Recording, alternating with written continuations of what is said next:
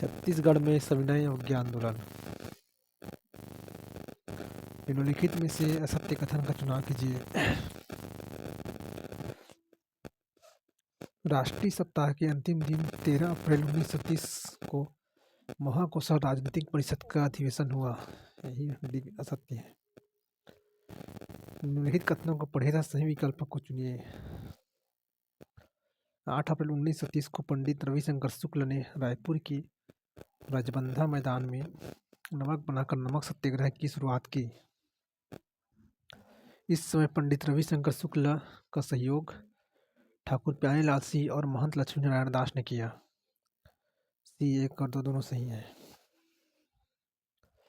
भाटापारा के सत्याग्रही कार्यकर्ता ने कुंभ खान की मिट्टी लाकर उसे कड़ाह में पानी डालकर खौलाने से जो नमक प्राप्त हुआ उसे किसने 101 रुपये में खरीदा था? सर्वेश्वर प्रसाद मिश्र। निम्नलिखित कथनों को ध्यानपूर्वक पढ़कर उत्तर दीजिए।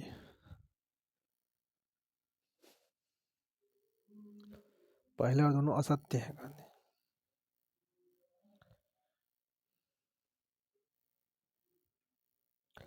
निम्नलिखित कथनों को पढ़िए तथा असत्य विकल्प को चुनिए। केवल 2। इस अधिवेशन में पंडित रविशंकर शुक्ल ने HCl और NaOH से नमक बनाकर नमक का तोड़ा था। इससे नहीं बनाया था। केवल 2। बी। निम्नलिखित कथनों को पढ़िए तथा सही विकल्प को चुनिए। 20 अप्रैल 1930 को जबलपुर में एक सार्वजनिक सभा हुई। ये सही है। तीसरा, 28 अप्रैल 1930 को बालाघाट से आते समय गोंदिया स्टेशन पर पंडित रविशंकर शुक्ल को गिरफ्तार कर लिया गया। ये भी सही है। 1 और 3। ए।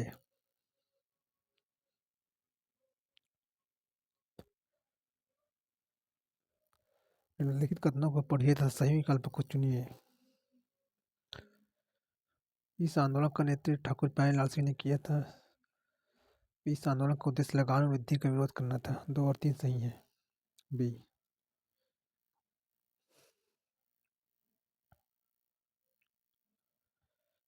सही सुमेलित कीजिए। छत्तीसगढ़ के 5 पांडव।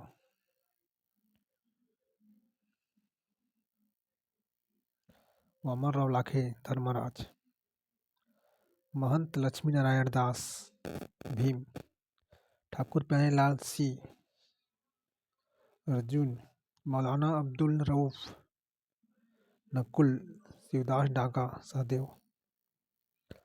1930 में किसने भारत में अंग्रेजी राज नामक पुस्तकालय की स्थापना की? नामक पुस्तक की रचना की जिसे अंग्रेजी सरकार द्वारा प्रतिबंधित कर दिया गया था। पंडित सुंदरलाल शर्मा। निम्नलिखित कथनों को ध्यानपूर्वक पढ़कर उत्तर चुनिए। सविनय अवज्ञा आंदोलन के समय बिलासपुर में दिवाकर कालेकर के नेतृत्व में शराब दुकानों पर धरना दिया गया। सही है। इस दौरान बिलासपुर से दिवाकर कालेकर सर्वप्रथम गिरफ्तार हुए। ये भी सही है। 1 और 2 दोनों सही है। निम्नलिखित कथनों को पढ़िए तथा सही विकल्प का चुनिए। 17 अप्रैल 1930 को बिलासपुर की शनिचरी पड़ाव में सार्वजनिक सभा आयोजित की गई। सही है। इस सभा को सेठ गोविंद दास ने संबोधित किया। ये भी सही है। 1 और 2 दोनों सही है।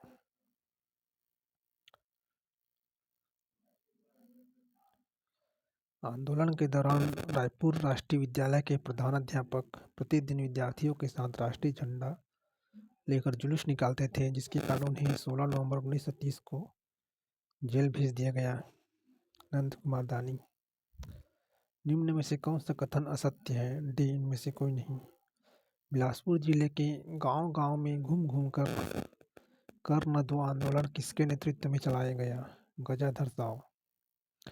निम्नलिखित में से कौन सा कथन असत्य है? डी। केवल 4। इस दौरान जुलूसों को रोकने के लिए डिप्टी कमिश्नर कालिंस और पुलिस कप्तान रागे थे।